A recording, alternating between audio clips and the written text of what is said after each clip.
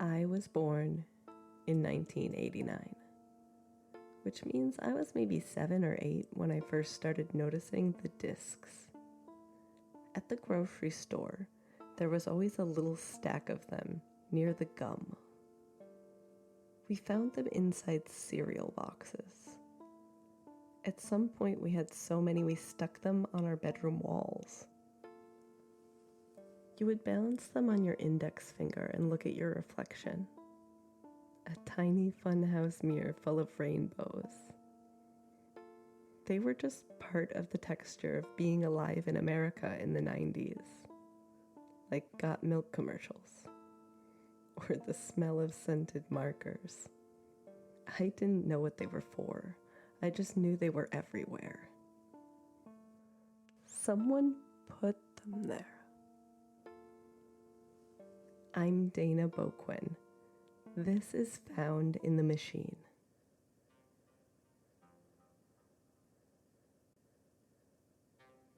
Her name was Jan Brandt. On Friday nights, she went to Blockbuster. She'd pick up 8 movies at a time because she didn't know what mood she'd be in by Sunday. One night, she noticed a box by the register. Inside were product samples.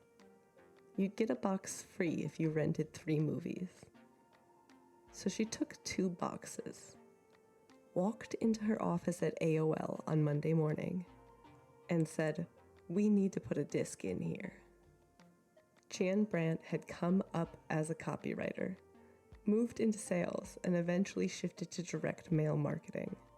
That work taught her something most marketers don't learn.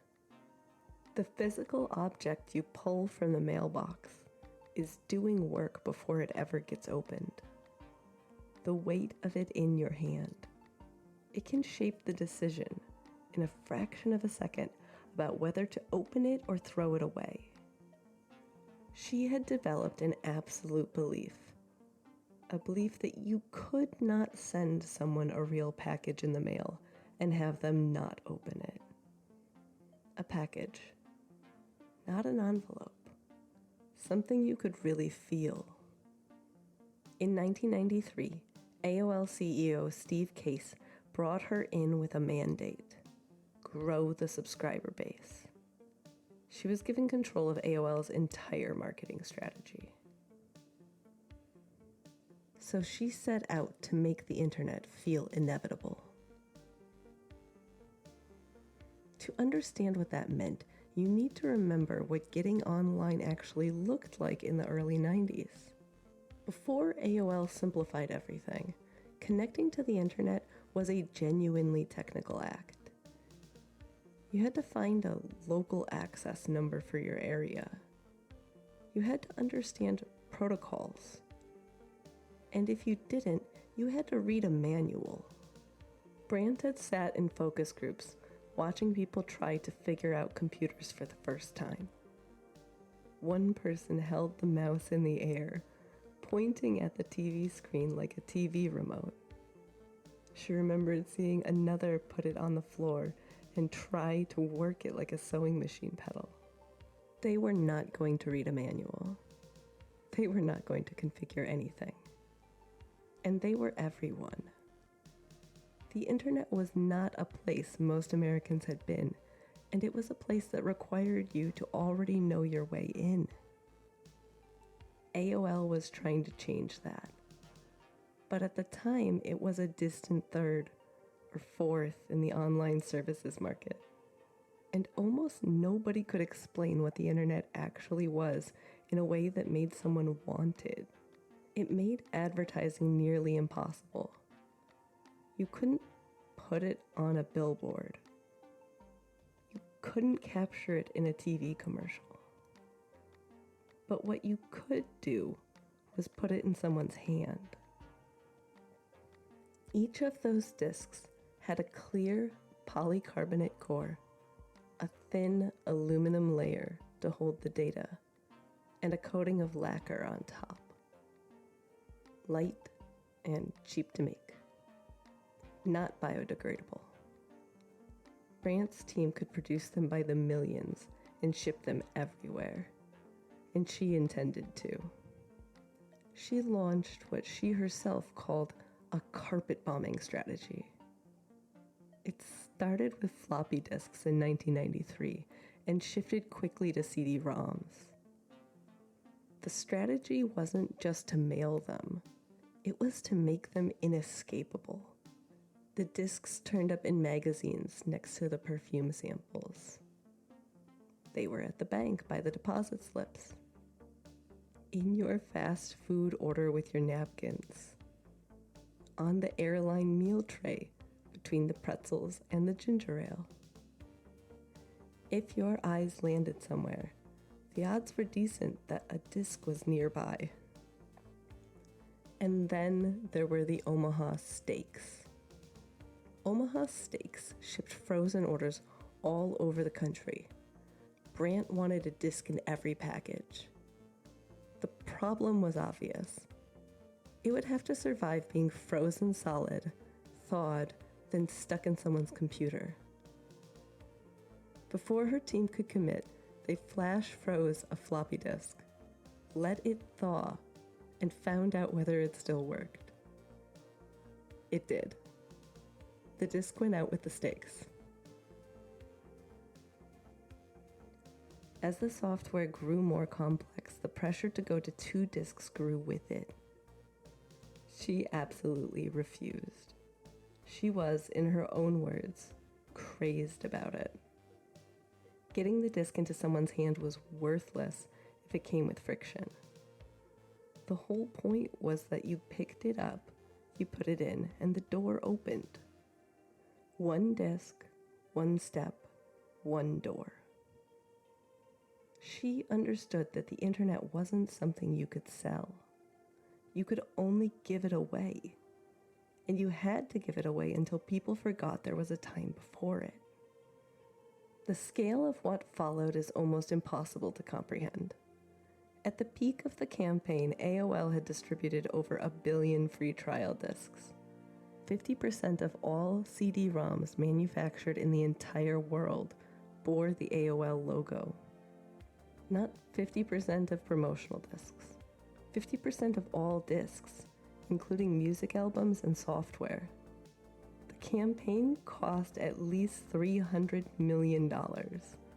But AOL grew from 200,000 members to 22 million. At its peak, they were signing up new subscribers every 6 seconds. And then the system broke. In December 1996, AOL switched to flat rate pricing. Unlimited access for a monthly fee. It was the right call competitively. And it was also a disaster. The number of people trying to connect at once overwhelmed the infrastructure completely. On some evenings, roughly 15% of subscribers got a busy signal just trying to log on.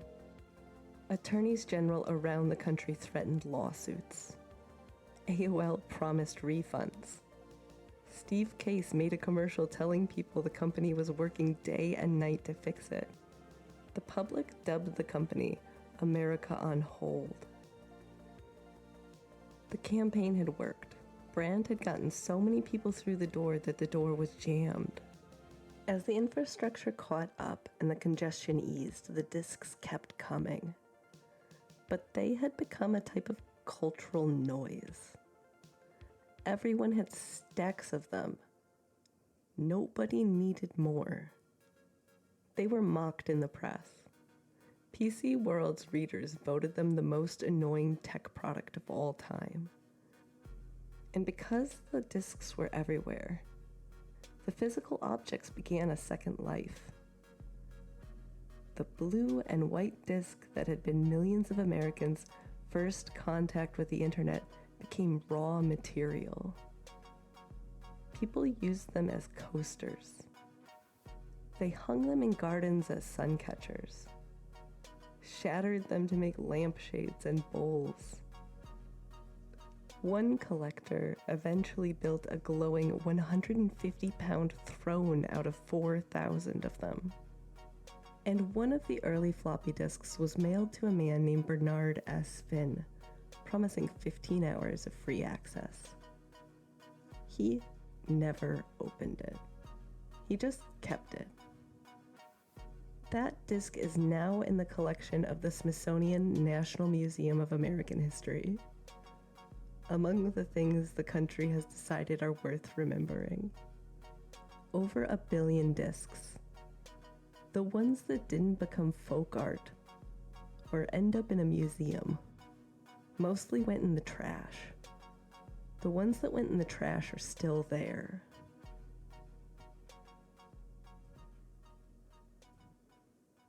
Then, if you lived in the right place, broadband arrived. Getting online was no longer an event you prepared for. The connection was just there, the way water is there when you open a tap. By 2006, AOL had retired the campaign. They had mailed mountains of plastic across the earth so we could leave the physical world behind. And for most of us, it worked. But broadband did not arrive everywhere. A rancher in Montana still prints USDA forms and pays for postage. A student in Alabama does her homework in a McDonald's parking lot to access Wi-Fi. Laying fiber optic cable can cost anywhere from tens of thousands to hundreds of thousands of dollars per mile, depending on terrain, soil, and how many households a mile actually passes. Nobody agrees on the exact numbers. What everyone does agree on is that the math doesn't work. In a city, a mile might pass thousands of households. In rural Wyoming, it might pass 3. No private company has ever fixed that equation, and no public policy has either. As of 2024, 7.9 million American households were completely offline. AOL suspended all remaining dial-up service in 2025. Millions of people still can't access broadband. On tribal lands, that number is nearly 1 out of every 4 people. For them, the only option is likely their cell phone when they can get a signal. It's that or satellite, and satellite isn't available everywhere. If you are one of these people, you remain isolated. The internet never became invisible. It's something you still need to work for. Jan Brandt handed millions of people the physical edge of something enormous. She gave us that moment when connection was something you could hold in your hand. It was round, and your fingerprints got all over the back. Now all that plastic waits in landfills and in a farmhouse somewhere without broadband. The people wait. I'm Dana Boquin. This is Found in the Machine. Before you go, if you want to go deeper on any of these stories, I started a companion newsletter. Scripts, cut scenes, sources, and notes from me arriving with every episode. You can find it at notes.foundinthemachine.com. Thanks for listening.